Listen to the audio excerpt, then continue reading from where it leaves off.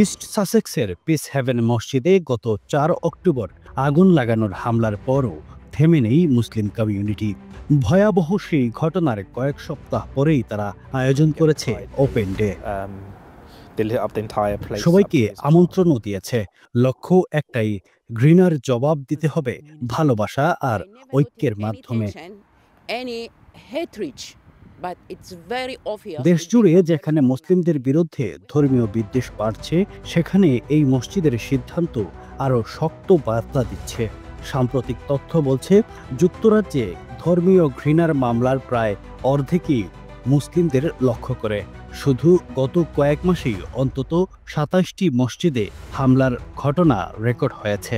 Piece haven মসজিদের সামনে গাড়ি পুড়ে যাওয়া এবং ভবনে বড় ক্ষতি সত্ত্বেও কমিউনিটি ভয় পায়নি। মসজিদ কর্তৃপক্ষ বলছে, তারা লুকিয়ে থাকবে না, বরং মানুষকে কাছে টানতেই এই উদ্যোগ।